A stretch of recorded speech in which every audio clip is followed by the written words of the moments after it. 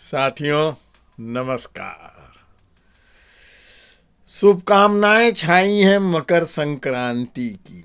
वह मकर संक्रांति जो सूर्य देव के प्रखरता के साथ अपने नव जीवन का संदेश लाती है। व्यापक रूप से पूरे विश्व में आहार के रूप में उपयोग में लाए जाने वाली गेहूं के लिए शक्ति प्रदाता बन जाती है। वही मकर संक्रांति आई है और हमारे ऐतिहासिक दृष्टि से एक विशिष्ट घटना की भी साक्षी है।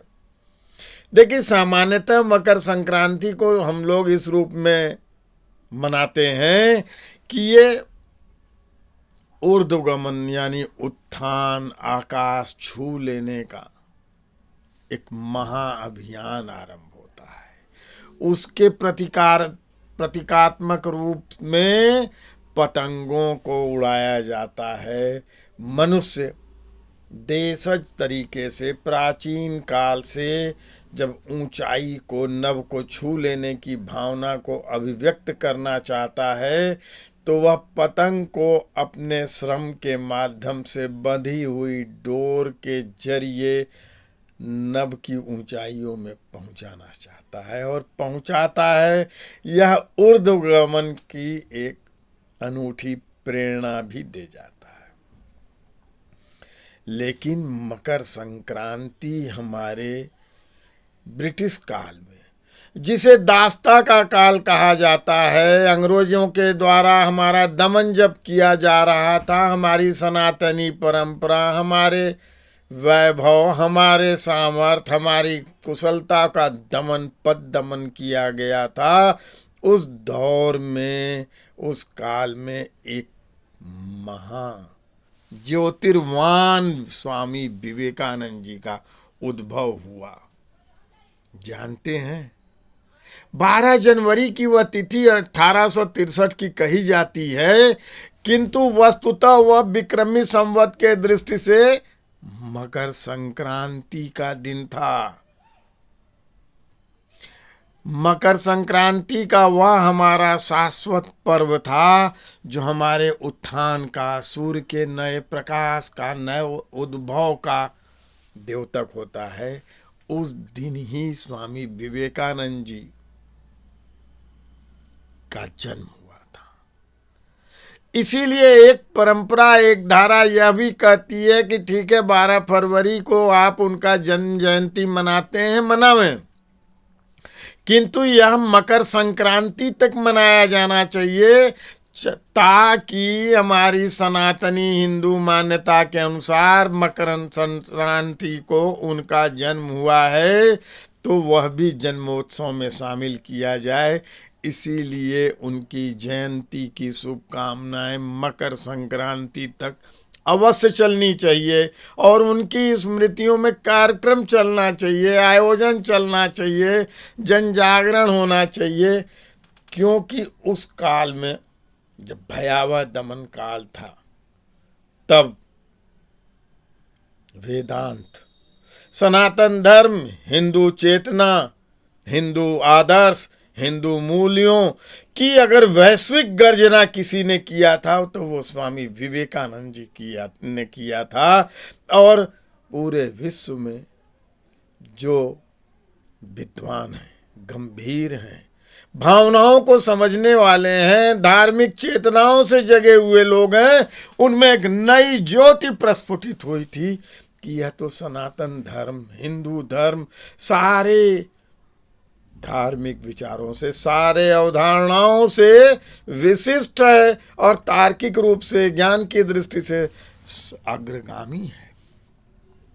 वह चेतना, वह मान्यता उस गुलामी की काल में हमारे पूज्य स्वामी विवेकानंद जी ने वैश्विक स्तर पर स्थापित किया था।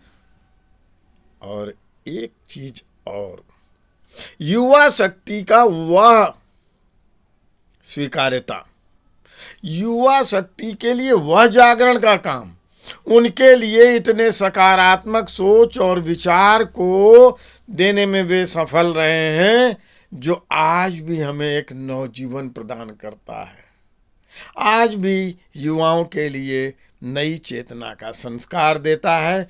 और बहुत सी बातें उनकी कौन भूल सकता है। वह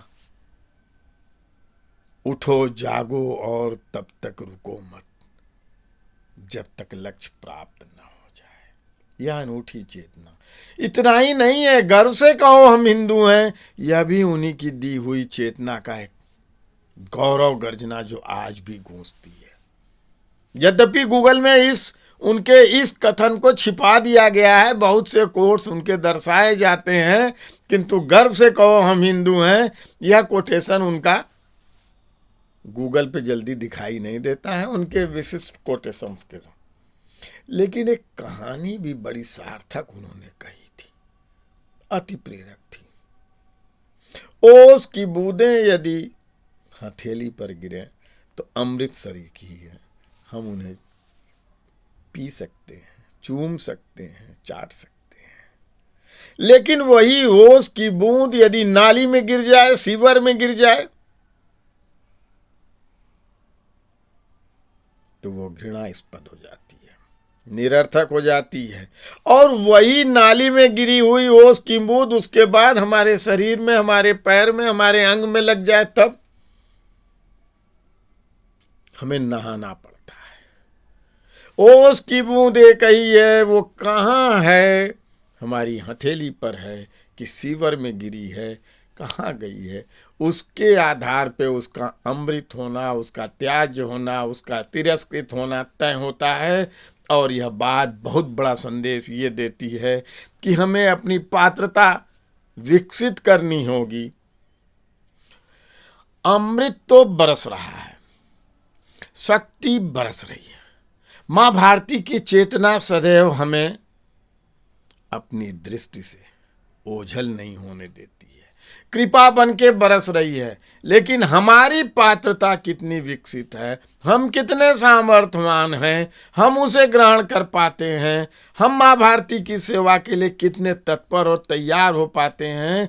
क्यों, यह जो सारी चेतनाएं समग्र रूप से हम पर पड़ती हैं, उसका कितना हम सदुपयोग कर पाते हैं, या वह जमीन पे चली जाती है या सीवर के पानी में चली जाती है, यही बात तो तय करती है हमारे राष्ट्रवाद को, हमारी राष्ट्रीयता को, हमारी प्रखर राष्ट्र सेवा को। और इसी बात के लिए 100 युवाओं की खोज स्वामी विवेकानंद जी अपने जीवन काल में करते रहे। और उन्होंने कहा, सही पात्र के रूप में 100 युवा अगर विकसित होकर मिल जाएं तो मैं पूरा भारत और पूरी पृथ्वी बदल दूंगा।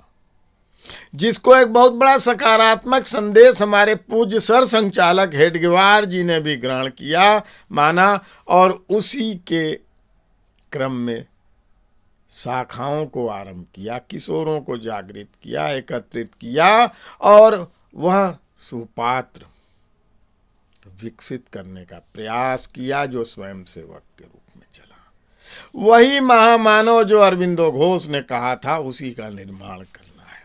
ये एक गहरा प्रयास है। आप सभी को शुभकामनाएं मकर संक्रांति।